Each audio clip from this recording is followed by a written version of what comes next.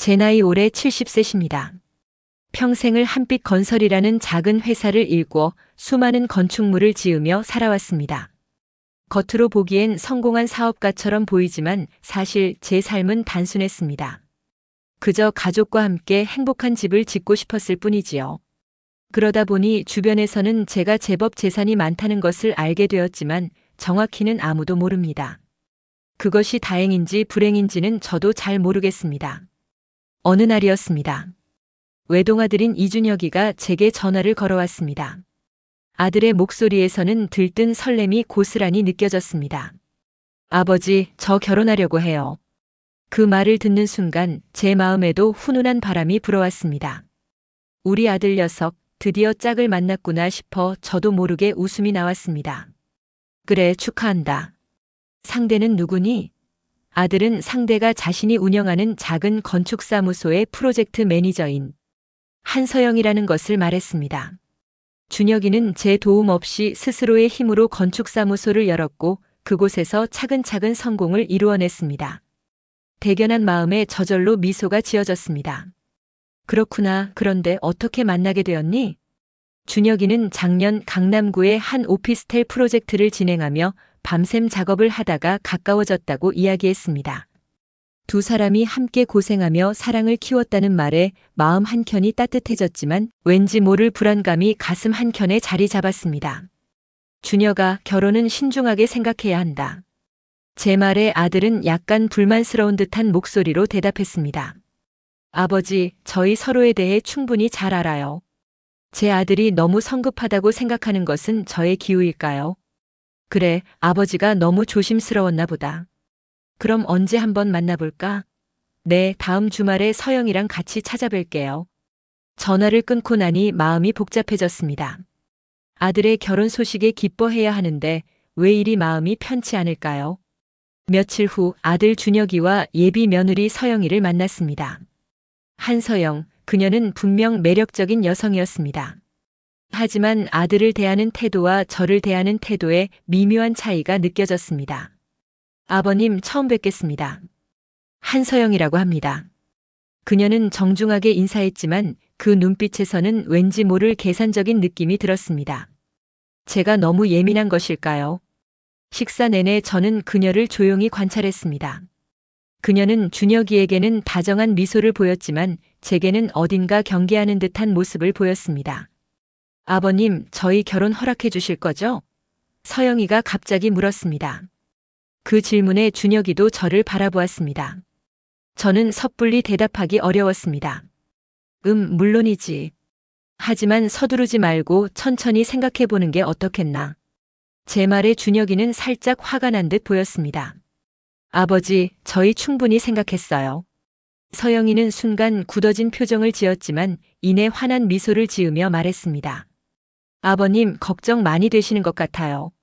저희가 서로 정말 사랑한다는 걸 보여드릴게요. 그 말을 듣는 순간 제 마음속 의심은 더욱 깊어졌습니다. 왜 이리 서두르는 걸까요?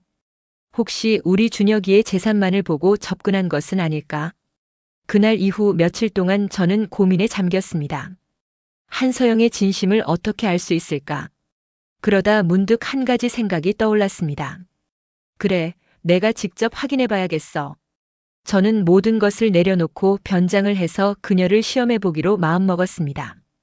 극단적인 방법일 수도 있었지만 이것만이 제 아들을 지킬 유일한 방법이라고 생각했습니다.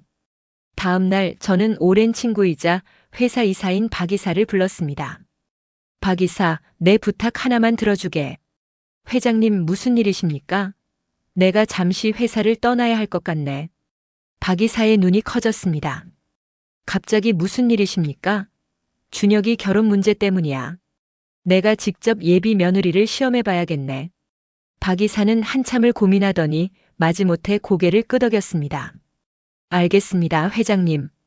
제가 최선을 다해 돕겠습니다. 그렇게 저의 은밀한 도전이 시작되었습니다. 먼저 저는 아들 준혁이에게 전화를 걸었습니다. 아들아, 사실 회사가 큰 위기에 처했다. 자세한 건 말하기 어렵지만 당분간 모든 연락을 끊고 은둔 생활을 하며 이 위기를 극복해야 할 것 같아. 전화를 끊고 나니 가슴이 먹먹했습니다. 하지만 이제 되돌릴 수 없었습니다.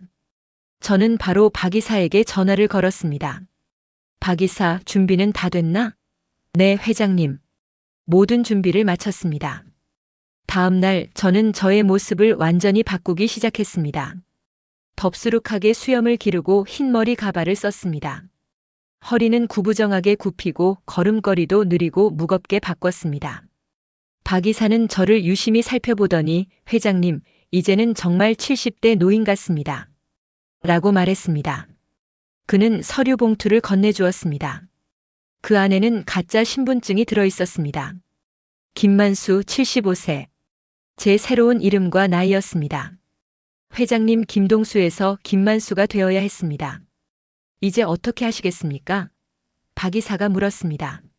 난 이제부터 경비원으로 일할 거야. 준혁이가 살고 있는 청담동 빌라에. 저는 며칠 동안 경비원 일을 배웠습니다. 처음에는 어색했지만 점점 익숙해져 갔습니다. 김만수 씨, 이쪽으로 오세요. 경비원 교육을 맡은 소장님이 저를 불렀습니다. 오늘은 주차장 순찰하는 법을 알려드리겠습니다. 굽은 허리로 천천히 걸어가며 주차장을 돌아다녔습니다. 어느덧 저는 저의 새로운 정체성에 적응해 가고 있었습니다. 한편 준혁이에게는 제가 해외로 떠났다는 거짓 정보를 전달했습니다. 박 이사는 준혁이가 처음에는 걱정했지만 곧 결혼 준비에 바빠졌다는 소식을 전해왔습니다.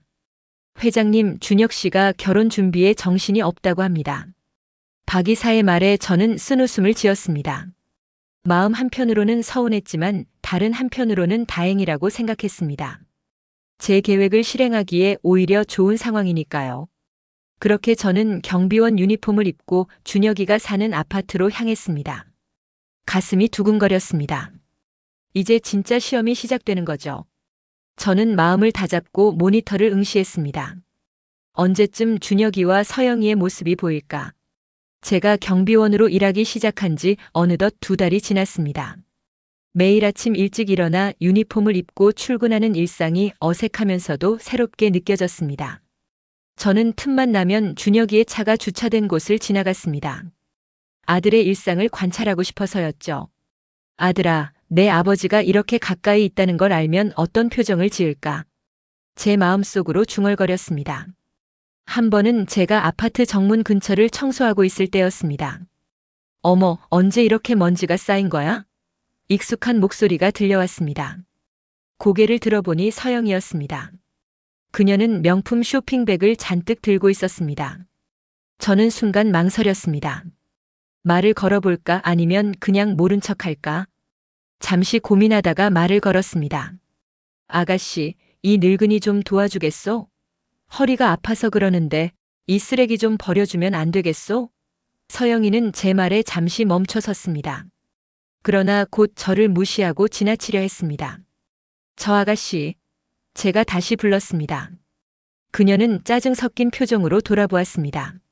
뭐예요? 저 지금 짐도 많은데 바빠요. 죄송하지만 관리사무소에 말씀하세요. 저는 순간 당황했지만 이대로 놓칠 수 없었습니다. 아가씨, 제발요. 부탁이요. 금방 끝나요. 서영이는 마지못해 제게 걸어왔습니다.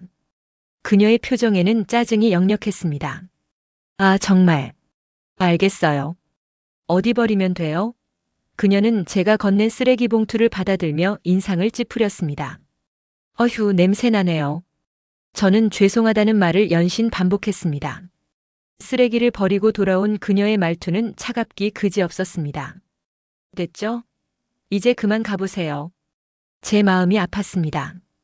이런 사람이 우리 준혁이의 반려자가 된다고 생각하니 걱정이 앞섰습니다. 그날 밤 저는 경비실에 앉아 오늘 있었던 일을 되새겨 보았습니다. CCTV 모니터를 보며 생각에 잠겼습니다. 과연 내가 하는 일이 옳은 것일까? 하지만 곧 마음을 다잡았습니다. 아들을 위해서라면 이 정도쯤이야. 그때 CCTV에 준혁이의 모습이 보였습니다. 퇴근하는 모양이었습니다. 그의 뒤로 서영이가 따라 나왔습니다. 두 사람이 이야기를 나누는 모습이 보였지만 소리는 들리지 않았습니다. 겉으로 보기에는 다정한 연인 같았습니다. 하지만 저는 방금 전 서영이의 모습을 잊을 수 없었습니다. 준혁이 앞에서와 저를 대하는 그녀의 모습은 너무나 달랐으니까요. 앞으로 더 지켜봐야겠구나. 저는 마음을 다잡았습니다. 며칠 후 아파트 입구에서 청소를 하고 있을 때였습니다. 준혁이와 서영이가 함께 나오는 모습이 보였습니다. 저는 고개를 숙이고 열심히 일하는 척했지만 그들의 모습을 지켜보았습니다. 준혁이는 밝은 표정으로 주변 이웃들과 인사를 나누었습니다. 어르신, 날씨가 추운데 건강 조심하세요. 아들의 따뜻한 말에 저는 가슴이 뭉클해졌습니다. 떨리는 목소리로 겨우 대답했습니다. 네, 감사합니다. 젊은 양반도 조심해요. 준혁이는 환하게 웃으며 고개를 끄덕였습니다. 하지만 서영이는 시종일관 무표정한 얼굴로 준혁이의 팔짱을 낀 채 주변을 무시하는 듯한 태도였습니다. 이웃들의 인사에도 제 존재에도 전혀 관심이 없어 보였습니다. 그들이 멀어져가는 모습을 보며 저는 깊은 한숨을 내쉬었습니다. 우리 준혁이는 분명 좋은 사람이다. 하지만 서영이는 과연 그와 어울리는 사람일까? 그러다 어느 날 정말 어이없는 일이 있었습니다. 제가 경비실에서 평소처럼 CCTV를 보고 있었죠. 그때 갑자기 경비실 전화가 울렸습니다. 여보세요, 경비실입니다. 전화기 너머로 들려온 목소리에 저는 순간 긴장했습니다. 한서영이었습니다. 아저씨, 저 502호 사는 사람인데요. 제가 이불을 떨어뜨렸어요. 이불 좀 갖다 주세요. 순간 제 귀를 의심했습니다. 이불을 갖다 달라고요? 죄송하지만 경비가 그런 일까지 하지는 않습니다. 제가 조심스럽게 대답하자 그녀의 목소리가 갑자기 높아졌습니다. 경비가 하는 일이 뭐예요? 이런 것도 안 하고 월급 받아 먹어요? 저는 이렇게 무례한 말을 들어본 적이 없었기에 깜짝 놀랐습니다. 아가씨, 그렇게 말씀하시면 곤란합니다. 경비도 엄연한 직업입니다. 됐고요. 그냥 이불 좀 갖다 주세요. 그것도 못해요? 서영이의 목소리에는 짜증이 가득했습니다. 저는 깊은 숨을 내쉬었습니다. 죄송합니다만 그건 제 업무가 아닙니다. 관리사무소에 문의해 보시는 게 좋겠습니다. 뭐라고요? 이불 하나 못 갖다 줘? 정말 쓸모없네요. 그녀는 전화를 쾅 하고 끊어버렸습니다. 저는 한동안 멍하니 수화기를 들고 있었습니다. 어떻게 이런 이기적이고 무례한 사람이 제 아들의 신부가 될 수 있단 말입니까? 저는 의자에 털썩 주저앉았습니다. 이 일을 준혁이에게 알려야겠다고 생각했습니다. 하지만 제가 변장한 경비원이라는 것을 밝힐 순 없었습니다. 결국 저는 박 이사에게 전화를 걸어 서영이에 대해 좀 더 알아보라고 부탁했습니다. 제가 경비원으로 일한 지 어느덧 2달이 지났습니다. 그동안 서영이에 대해 많은 것을 보고 들었지만 오늘 목격한 일은 정말 충격적이었습니다. 준혁이가 3일 일정으로 해외 출장을 갔다는 것을 알고 있었죠. 그런데 오후 2시경 놀라운 광경을 목격했습니다. 서영이가 낯선 남자와 함께 아파트로 들어오는 모습이었습니다. 저는 즉시 경비실을 나와 들키지 않게 조심하며 그들을 따라갔습니다. 그들은 준혁이의 집으로 들어갔습니다. 이럴 수가. 충격을 받은 저는 한동안 그 자리에 서 있었습니다. 하지만 이대로 물러설 순 없었습니다. 복도 구석에 숨어 상황을 지켜보기로 했습니다. 약 2시간 후 문이 열렸습니다. 서영이와 그 남자가 함께 나왔습니다. 둘은 서로 친밀한 듯 팔짱을 끼고 있었고 서영이의 얼굴에는 환한 미소가 가득했습니다. 준혁이와 함께 있을 때는 한 번도 보지 못했던 표정이었습니다. 어떻게 이럴 수가. 저는 저도 모르게 중얼거렸습니다. 그들은 제 존재도 모른 채 엘리베이터를 타고 내려갔습니다. 저는 한동안 그 자리에서 서 있었습니다. 머릿속이 하얗게 비었습니다. 어떻게 해야 할지 아무 생각도 나지 않았습니다. 겨우 정신을 차리고 경비실로 돌아와 CCTV를 확인해 보니 그들이 아파트를 나가는 모습이 보였습니다. 여전히 팔짱을 끼고 있었고 서영이는 그 남자의 귀에 뭔가를 속삭이고 있었습니다. 저는 밤새도록 잠을 이루지 못했습니다. 계속해서 그 광경이 떠올랐습니다. 준혁이를 생각하면 가슴이 아팠습니다. 다음 날부터 저는 더욱 주의 깊게 서영이를 관찰했습니다. 그리고 더 충격적인 사실들을 발견하게 되었습니다. 준혁이가 없는 날이면 어김없이 그 남자가 아파트에 드나들었고 때로는 늦은 밤에 들어와 새벽에 나가기도 했습니다. 한 번은 그들이 차 안에서 입 맞추는 모습도 보았습니다. 서영이는 준혁이와 있을 때와는 완전히 다른 사람이었습니다. 활기차고 열정적인 모습이었죠. 매번 그들을 볼 때마다 제 마음은 찢어질 것 같았습니다. 이대로 둘 순 없어. 저는 그날 밤 결심했습니다. 더 이상 지켜만 볼 수 없다고 말이죠. 준혁이에게 진실을 알려야 했습니다. 하지만 제가 변장한 아버지라고 밝혀야 할까요? 아니면 다른 방법이 있을까요? 내일 준혁이를 만나 모든 걸 말해야겠어. 창밖을 바라보니 어둠이 깊어가고 있었습니다. 저는 깊은 한숨을 내쉬며 중얼거렸습니다.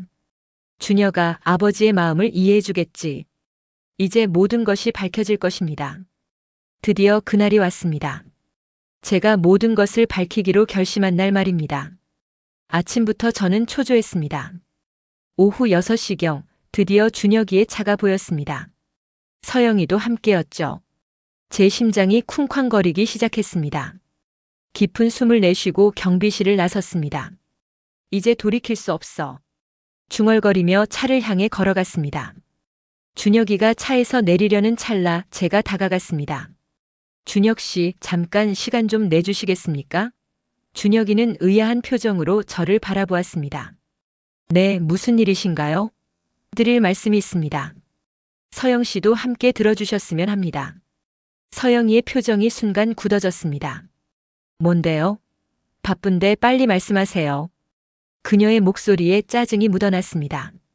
여기서 말씀드리기는 어렵습니다. 준혁 씨 댁에서 이야기를 나누고 싶습니다. 준혁이는 잠시 고민하더니 고개를 끄덕였습니다.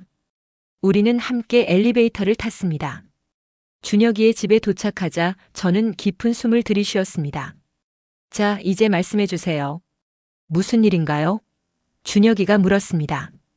준혁 씨, 서영이 씨. 제가 드릴 말씀은 좀 충격적일 수 있습니다.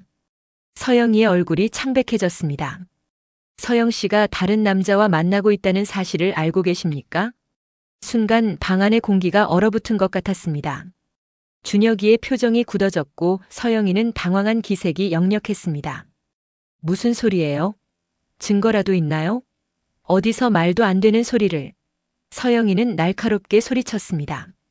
네, 있습니다. 제가 직접 목격했습니다. 저는 그동안 본 것들을 하나하나 이야기했습니다.